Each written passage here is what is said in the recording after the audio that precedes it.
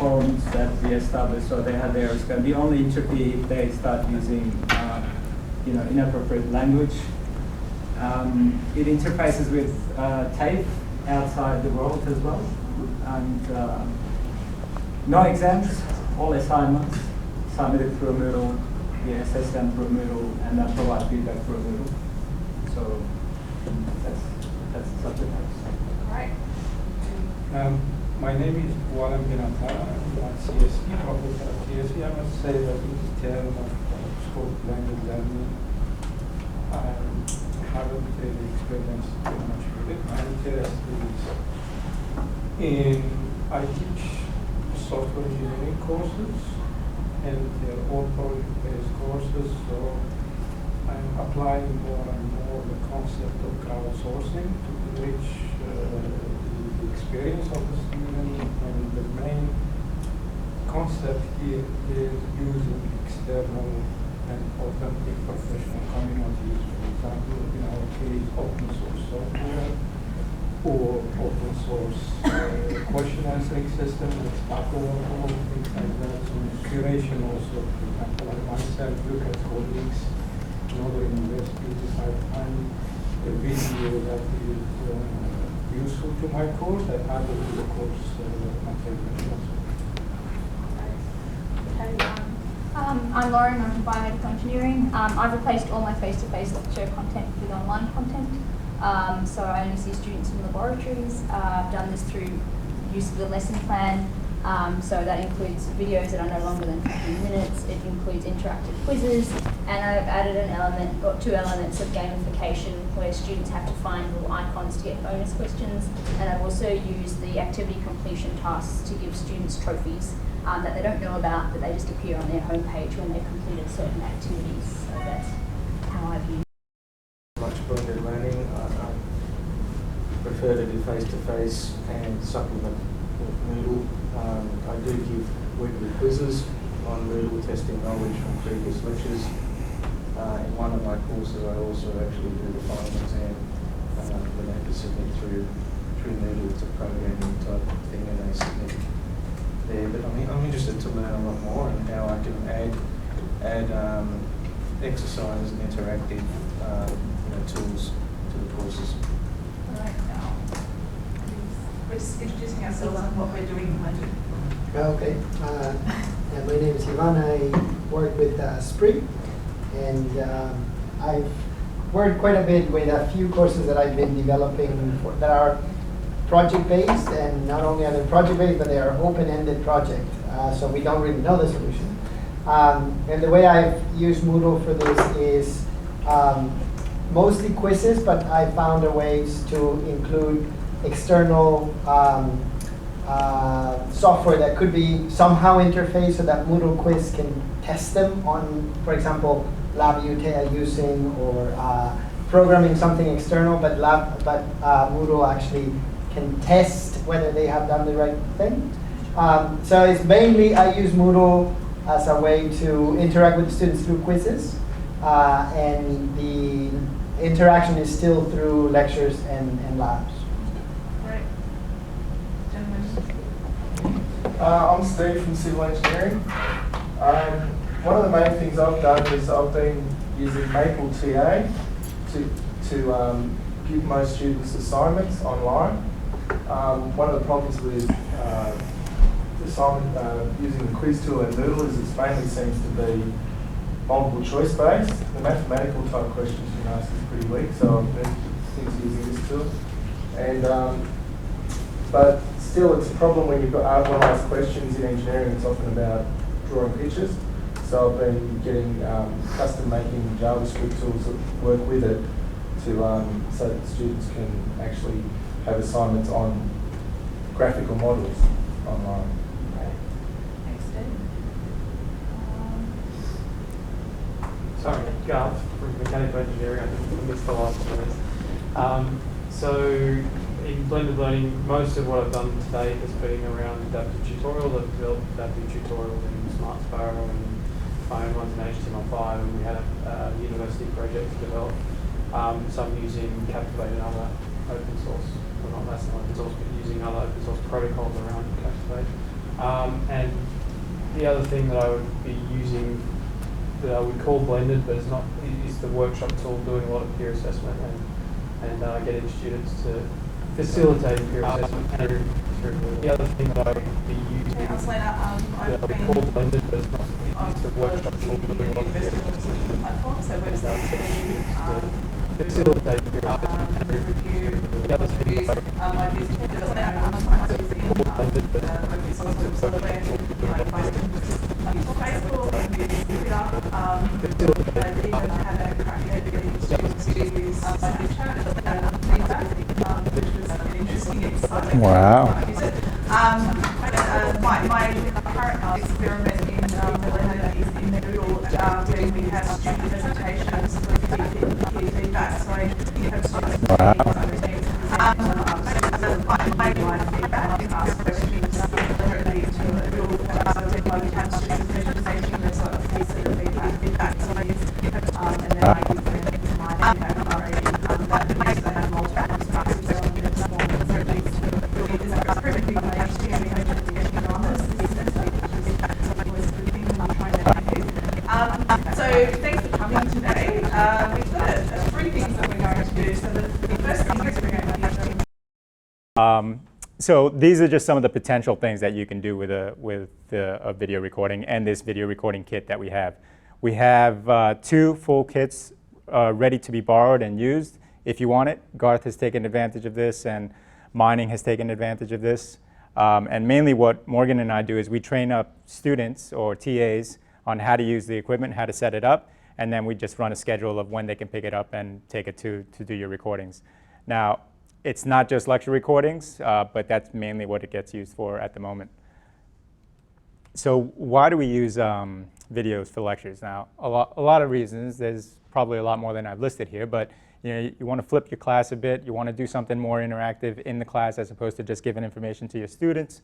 You want to give students options to review if they're not attending your class too much, or if you have a lot of non-English speakers in your class and they want to go over what you say multiple times so that they can get it. Not attending your class too much, or you can just target specific lessons. If you have something that's very complex and you want them to be able to review it over and over again. And I know quite a few of you do that already. It's not necessarily with this video that we have. There's a lot of other tools that, and I know quite a few of you do that already. It's not necessarily with this video. And just better visual lessons. You can add more graphics, you can change things up as something that you can't do live in person in front of your students. So how is it used? So in this scenario, we've got Professor Vasilios. How is it used? So how do you pronounce it? I forget. But in this scenario, he did something pretty neat here. He was using a smartboard, and we were recording both the smartboard and him at the same time. So you see his drawings live, so it doesn't take away from the user's attention. We have to switch and try to focus on the projection on the wall while he's drawing on it. You can see it pretty quick right next to him. Other uses, more lecture recordings, but in this case, Garth posted his recording on YouTube. And as you can see, he's got over 10,000 views on that recording. And I doubt that's all of his students. And it's not just all Garth. Over 10,000 video over and over on that. And so that's a pretty good impact, and you say that it's influenced a few people. I haven't looked at the comments on there. Have you, Garth? And so that's a pretty good impact, and you say that it's influenced a few people. I haven't looked at the comments on there. Have you, Garth? And so that's a pretty good impact, and you say that it's influenced a few people. I haven't looked at the comments on there. Have you, Garth? And so that's a pretty good impact, and you say that it's influenced a few people. I haven't looked at the comments on there. Wow, really? And so that's a pretty good impact, and you say that. Yeah, as long as you're using your Google account. Wow, really? And we are typically the resource that we use here at UNSW to deliver these videos and stream them or make them available to students is called The Box.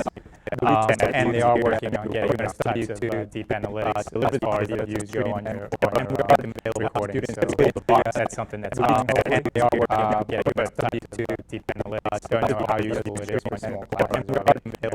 So you have teams and people in there. And pretty much know who your students are. That's going to get certain amount of views, especially if it's locked down within the environment. We also have lessons. So this is another one of Garth's videos, and he just basically did it with a digital overhead, right? With his voiceover. Now, one of the things that I would recommend if you can do this is find a room that does not have any too much noise around it. The AC going on in this room every mic that you have, no matter whether it's a very good mic or a very poor mic, it's going to pick up that background noise, and it just doesn't sound very good. And we have alternatives for that within the university. So there are dedicated rooms that are soundproof at the university that are accessible to all staff to go and do your recording. And I'll give you some information about that. Then we have other pretty innovative uses of the videos. This is a video within the Moodle course about the Moodle course. So Lauren uses this video to introduce her students to the Moodle site itself. And it's very interesting because, as you can see here, she's highlighting something about where her mouse is. She's highlighting things that students should actually pay attention to when they go to this course. Is that right, Lauren? You can see here she's highlighting something about where her mouse is. She's highlighting things that students should actually pay attention to Yeah, and especially since we have so much flexibility with Moodle, you can have courses that vary in how they display themselves a great deal. So some people can go, you can change all their colors and all their icons and make their course look like it's not even being delivered in Moodle. And some people just use the, what comes by default and all their courses look like as serious. But students jumping around from different faculties and different courses might get a little confused what's going on in each course, and this is a good way to introduce them to the course and show them what's coming or what to expect in the course. There is something coming in Moodle itself where it's going to be basically a bit of a guided tour. So if you've ever noticed some sites you go to and the first time you get there, they give little pop-ups of sections and give you introductions to what that icon does or what this button does at the site. That's going to be coming in Moodle, and it's going to be customizable for us to actually display specific features that UNSW Moodle site would like the students and staff to pay attention to. So that's something that you'll have to worry about developing yourselves. Another good use of the videos in a class that I've seen is displaying the competitions that a course might have. So this is the MEC-Eng competition for Eng 1000. We have quite a number of students that built this device that needs to, in this case, it was carrying some balls a certain distance under a certain height and delivering them to the other side without dropping them. And it was pretty neat, and it's pretty neat to have the students then be able to see what their project did, how successful it was or how successful it wasn't. And we got a lot of good feedback about sharing this back to the students. And finally, basically just instructional videos on how to use certain equipment. And I think some of you do that for specific equipment that you're using in your courses or in your labs. Sometimes labs take it upon themselves to do this, and sometimes it's instructors that develop these. And with all of these, it's not up to you to learn how to be videographers and learn how to use all this equipment. But if you're interested in doing it, there's resources available for you to take advantage of, and Morgan and I are part of those resources.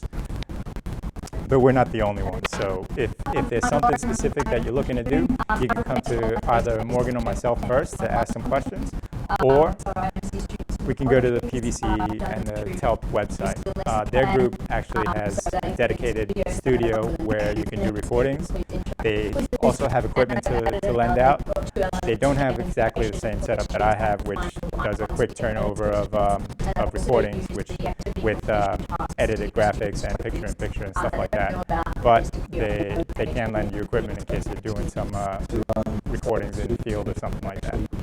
Or if you want a mic or a better mic or something like that, or if you want to go to a quiet room to do your recording, or if you need any help storyboarding your idea, they're available to help with all that. They also have guides online, and I know that there's a lot of information out there that people are not necessarily aware of, but it's pretty good to just go to this site and click around and look for the stuff that you might need, because they actually do have a lot of information there that is useful, especially useful if you're not aware of the possibilities. So if you're interested in video stuff, you either come to Morgan or myself, or go to the guys at, what are they called now, Fiona? No, but what are the video guys called? They just called like the media team, educational media. All right, and it's mainly Brian Landry who is the lead person. Yeah. Yep. So Brian and Carlos are very helpful as well.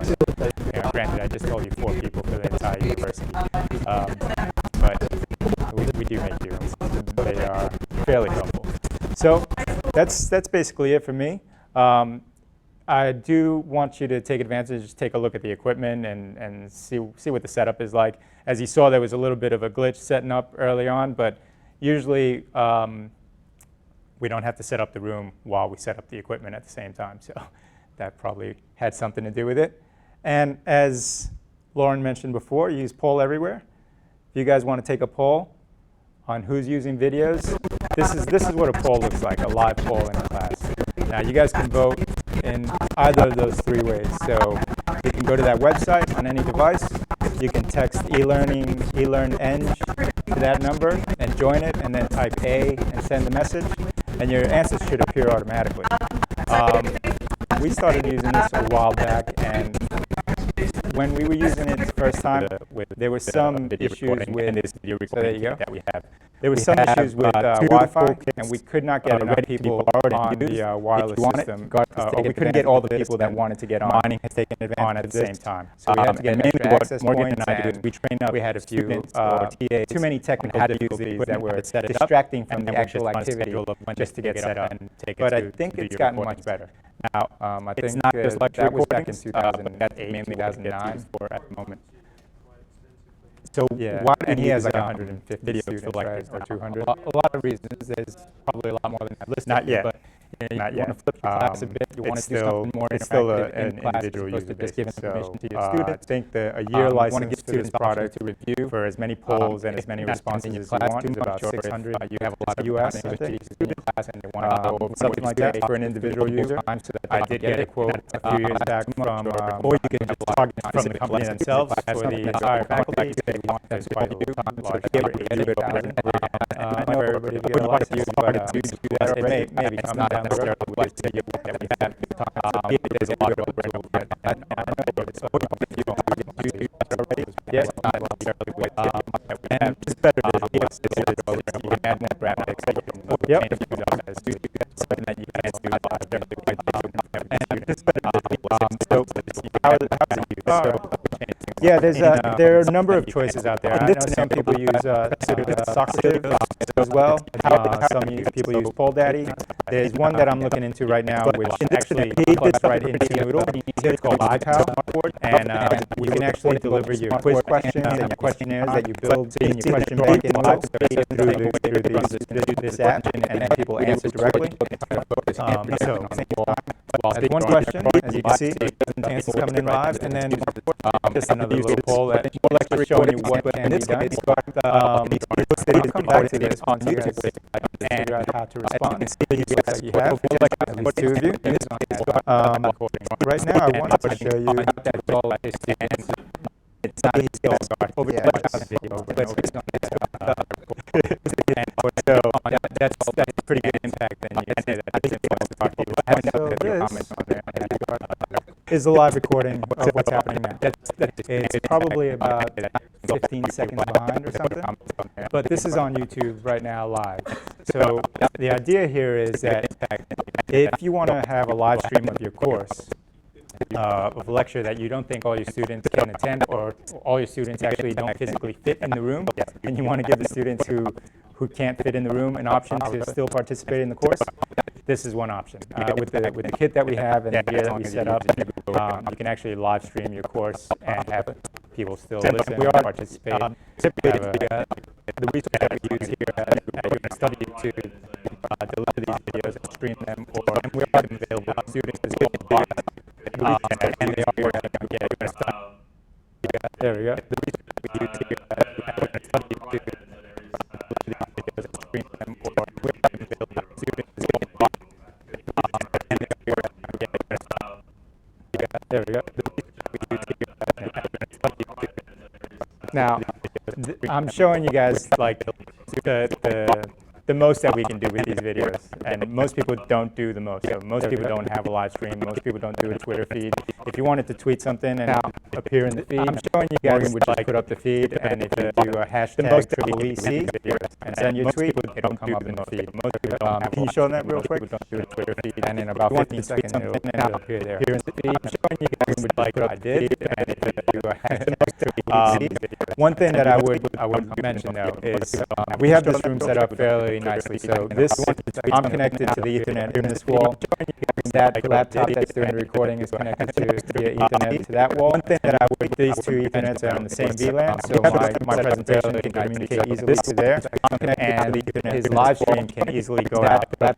So those are keys to have a live stream and have it be set up easily there. If we didn't have these Ethernets, I would have to run this cable directly to that laptop. And a live stream would have to go over wirelessly. And the live stream would be set up easily there. If we didn't have these Ethernets, that's about it for me. So next, I'd like to introduce Fiona Nicholson, and she's going to talk a bit about what the PVCE team can do to help us out, not just with video use, but blending our courses as well. And I'll get your slide up.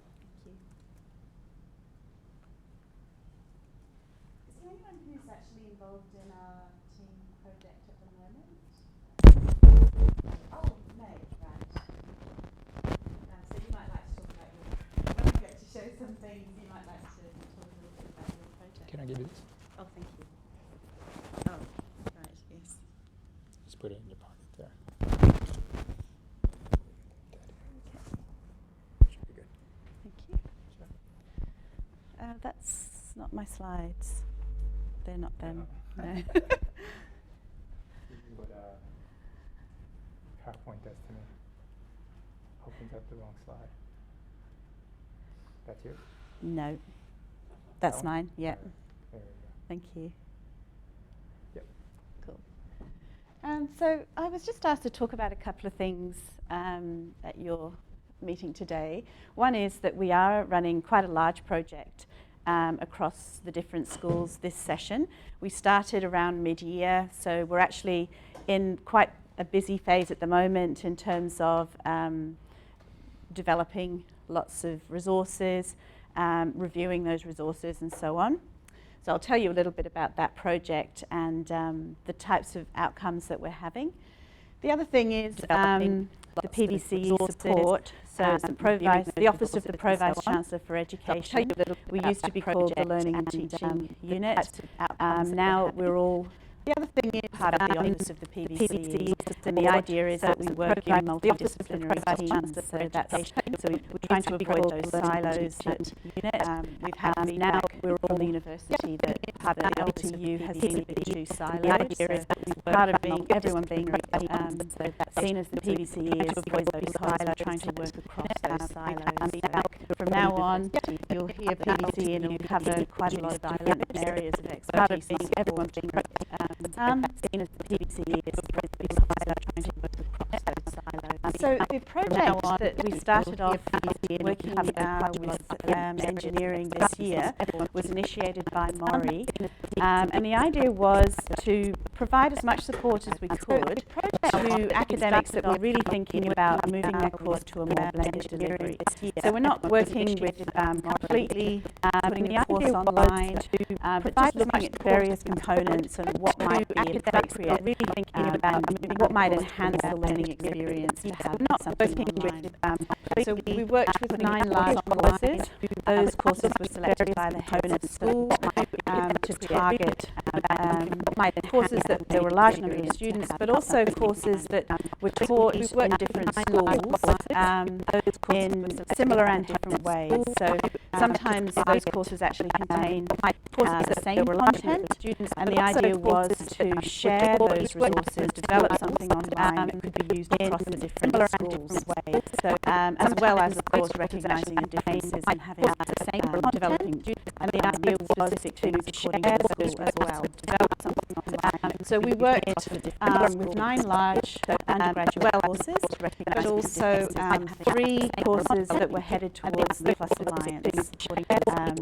So the Plus Alliance, I'm sure you've heard of, working with King's College in London and ASU in the US, and looking at providing programs that have courses from those various institutions. You've heard of part of one, working on programs College in London. So that's starting off early days with the courses there, and just looking at what would be appropriate in terms of moving online for those.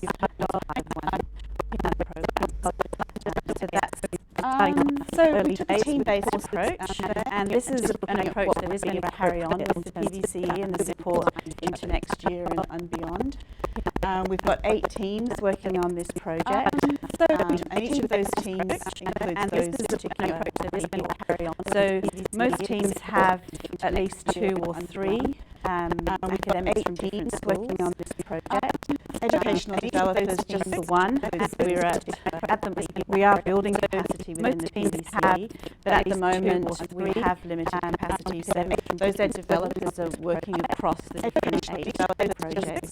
There's one ed developer working on 2 or 3 projects within the PVCE. Video production, we have Mr. Carlos and Brian Landrigan is working across, and a really important part of the teams has been our student partners, and each of those teams, I think, are working very much with mostly engineering students, but also students from art and design who are doing some graphic development to the teams and so on. And each of those teams, I think, are working very much with mostly engineering. So I'm just going to show you a few things that we're working on as part of the project. Don't worry about reading the details here, but I just wanted to mention some of the teams are thinking about the use of the online space in terms of working on encouraging the students to engage on a weekly basis with course. So that idea of blended, including both online and face-to-face,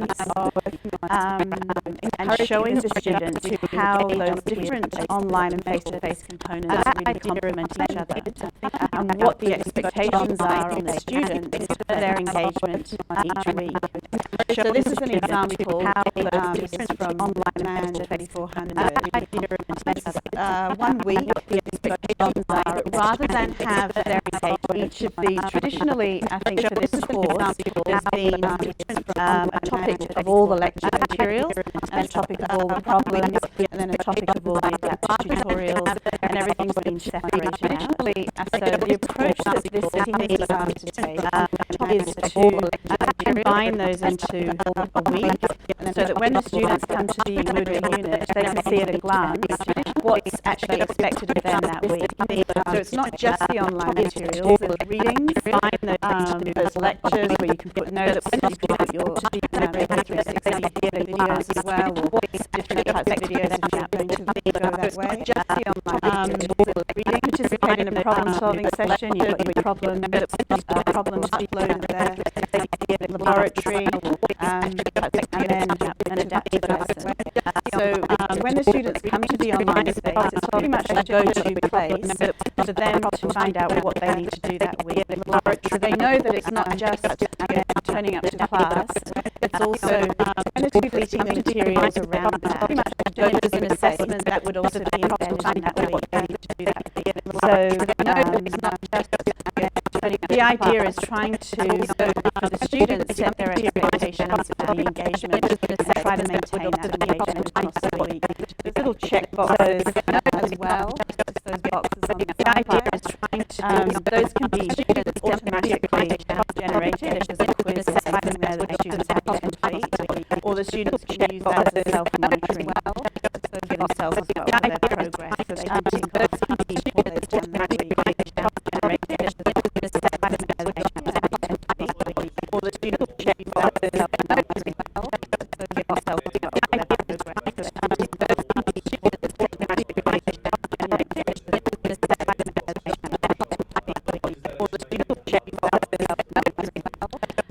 Well, we haven't actually asked the students that question, but actually, we have actually done a little pilot of this. So David Kellerman is the current convener of this course, and he also runs a small postgrad course, and he quite quickly, on a weekly basis, set up the same sort of system and did ask his students for feedback, and they were really, it was a small class, but they found it useful to have everything visualised within the week. Set up the same sort of system and did ask the students for feedback, and they were really, it was a small class, but they found it useful to have everything visualised within the week. Well, there's no dates or anything there.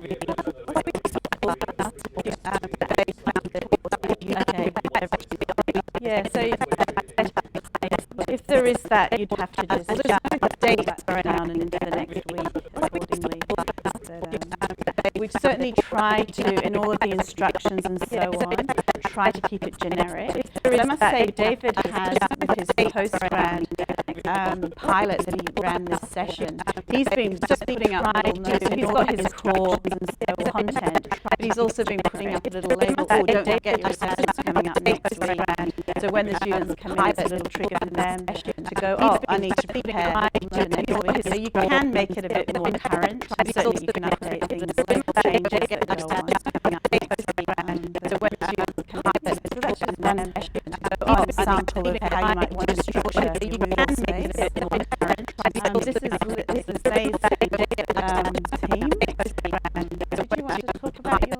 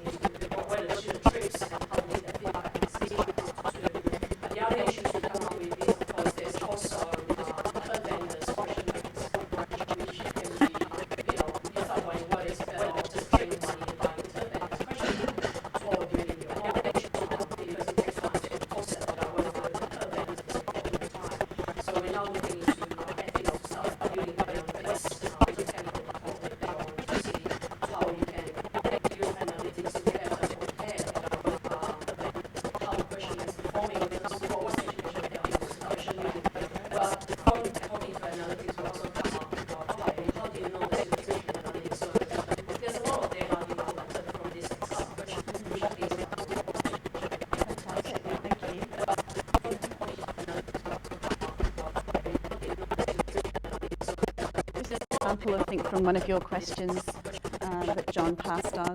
Don't worry too much about the details, but just to say that as part of the project, quite a lot of the teams are working on developing self-paced modules. So whether that's using the Moodle quiz, the Moodle lesson, to say that as part of the project, certainly in my team, one of our lecturers, Mario Saltar, is looking at all his lectures and how he could transform those into online modules by using his existing slides but embedding questions and feedback to the students and having that as a standalone online module. Using his existing so mostly practice in my team, but it's also assessment made. Using his existing so mostly practice in my team, but it's also assessment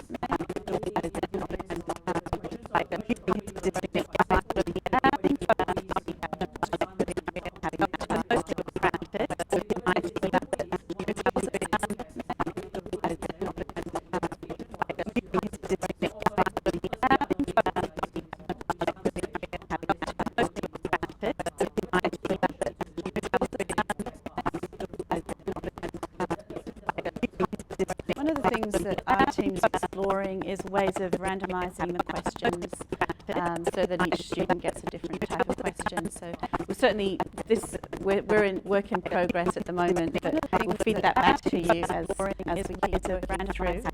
These are just some diagrams. I mentioned before that the students are playing a really important role in the team. One of the roles is producing quite a lot of digital diagrams.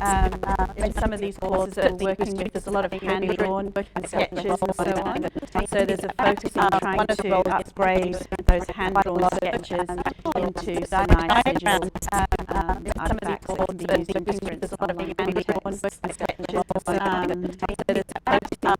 Also, the students have also been very much involved in testing. I know that for Lynn's course teams, that there's been a team of students that are testing all those problems. In my course as well, handful of students providing feedback as we develop, which is really, really useful. Teams that students, just wanted to show off some of the students' diagrams as well. Students providing feedback. Also, in terms of copyright things, there's a lot of pictures that are used, diagrams that are used in the course that have just been cut and pasted from various different sources. So these are not generating in those copyright diagrams that belong to those particular courses.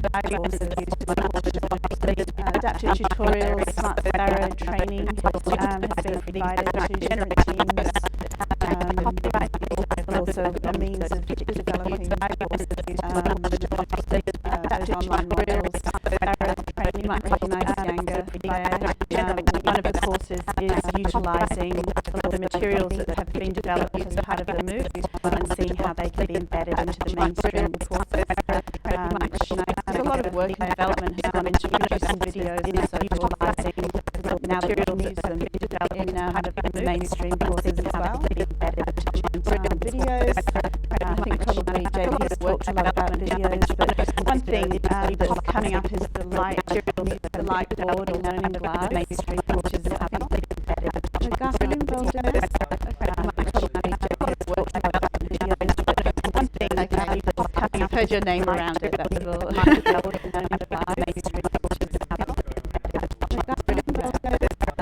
So my JP I think is involved in that too. It's almost done.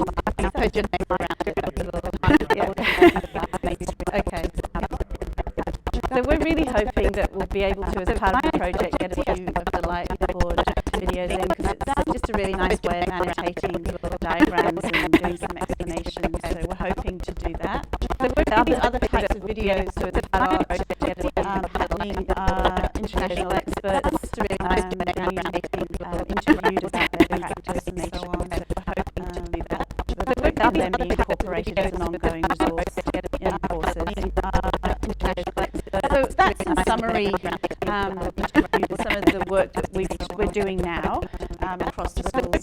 engineering. And then just to talk about how the PVCE is planning to support engineering and other faculties next year, and moving on from that. We did have a review of the learning and teaching unit in the early part of the year, and as a result, this is the new goal of the PVCE, which the focus is very much on integrated services, so working in partnership with the faculties, making sure that the PVCE's work is what the faculties want us to be doing.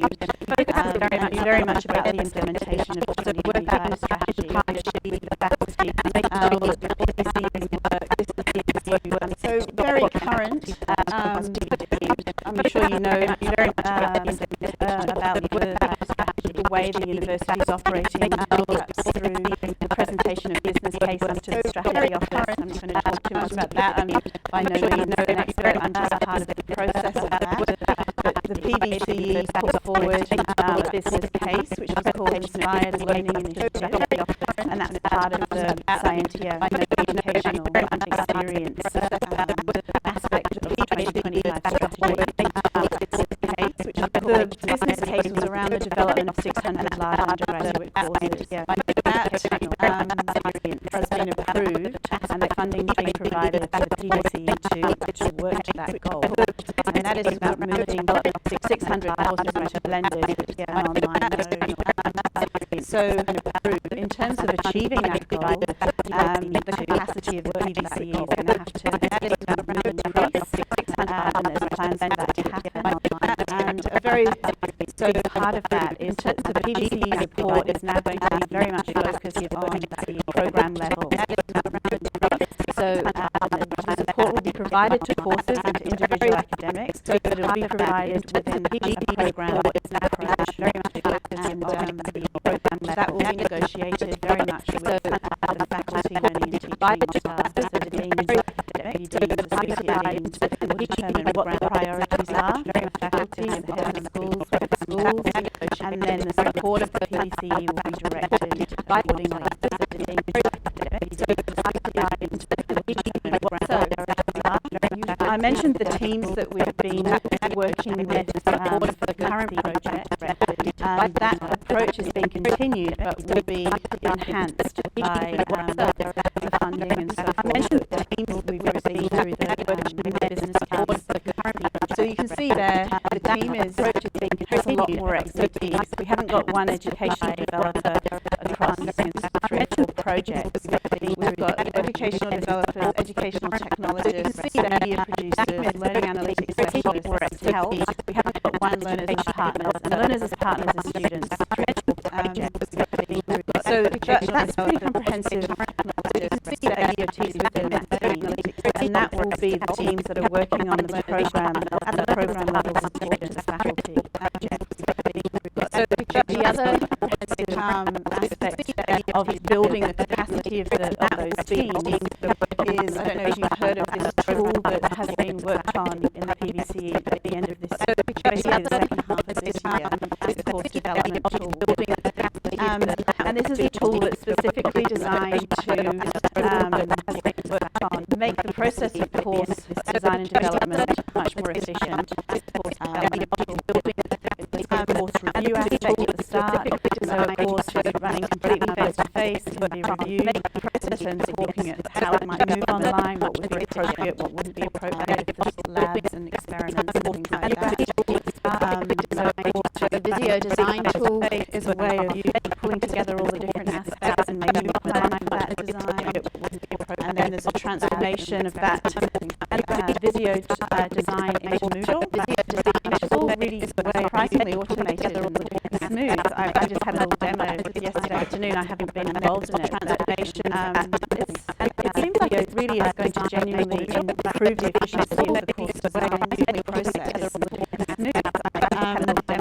And they are looking to pilot the tool this year so that it can really be involved in the rollout of those 600 courses that are going to be reassigned next year. So if you have any interest in being involved in a pilot, if there are things that you're looking at wanting to move online in your own courses, I think the first registration have received information about that pilot. So this is the this would be a good time to just say express your interest. Traces to the school so that you can get involved in the pilot. So this is just a list now of the other business cases that are forthcoming that involve the PVCE. And this is the way the university seems to be going now. It's through this line of presenting business cases. We've had our 600 courses approved. That was part of the this is Inspiring Learning business case. And these are all forthcoming in the near future. So postgraduate courses, focus on those, the core development there, plus Alliance, lots of work needs to be done in terms of building online courses for the Plus Alliance, postgraduate analytics, UNSW, and just in on the side there is the bodies that are actually going to be involved in working towards those business cases. Digital asset management, we're going to store all these things. And the last one you might find, I thought particularly this group may well be interested in that augmented reality, virtual reality gamification. I know Spree is really doing some interesting stuff with gamification, and I think there's definitely going to be interested in an attempt to get PVCE to get some funding around those particular areas and to try to boost innovation in the online education as well. So these are all forthcoming. Hopefully we'll hear positive things soon. I guess next year. I'm not sure of the time frame on the education as well. So these are all to talk about. If you'd like to ask any questions or comments about that. Okay, thanks, JP. Oh, really?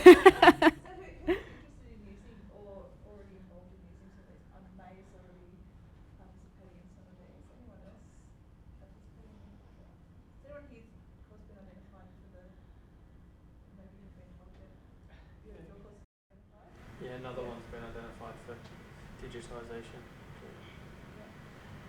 So even if we're not in one of the form programs, we can still utilise your resources. How best do we access you to help us do our own blended journey? Well, this is what I was talking about with its program level support. So it's very much through the faculties themselves. So the faculties are really governing where our support is provided. So it's through heads of schools, it's through the deans, associate deans, deputy deans. They control the allocation of support. And also, feel free to contact me if you've got any ideas or want any help with any resources. I'm in between. You know, I'm at the faculty level and I'm in between with the PVCE as well. So if you need something done fairly quickly. And also, of course, all the TELT and enterprise technology support remains. So if you've got something that you want to do in Moodle, you can contact the TELT team and so on. That's, of course, continuing. Yeah, so that continues the same as those support sites that I mentioned before, the TELT support site. There's a lot of resources and a lot of, like even for instance, to book equipment, there's a form there that you can fill out that you can borrow equipment from the PVCE, the TELT media team, education media team. Yeah, education media. Yeah, that's it. So what John, Paul and I might do is put together a list of links and pop it up on the Champions The Champions Moodle course as well that we haven't made available yet to you guys because there's nothing in it. Is there something in there? No, I haven't put anything yet. We've built a Moodle course for you guys to share your good stuff in. Oh, that's great. So that if someone's doing something particularly interesting, we can demo it in there. Or we will have all the resources, so this video will go in there and links will go in there for different resources, and hopefully we'll use it for collaboration and test a lot of the tools that we could be using in our courses as well. And I will be sending a link probably late next week after we put some content in, but we've only just made it in the last 2 days. So Deputy and I will be busy on that. Yeah. So the link will have a key for you guys to use to enroll yourself into the course. You'll all be given full access, and so you can add anything in there, like instructor level. So just be careful not to delete anything of anyone else's while you're in there. It's like a shared sandpit. Thanks, Fiona. Okay, Thanks, yeah. Fiona.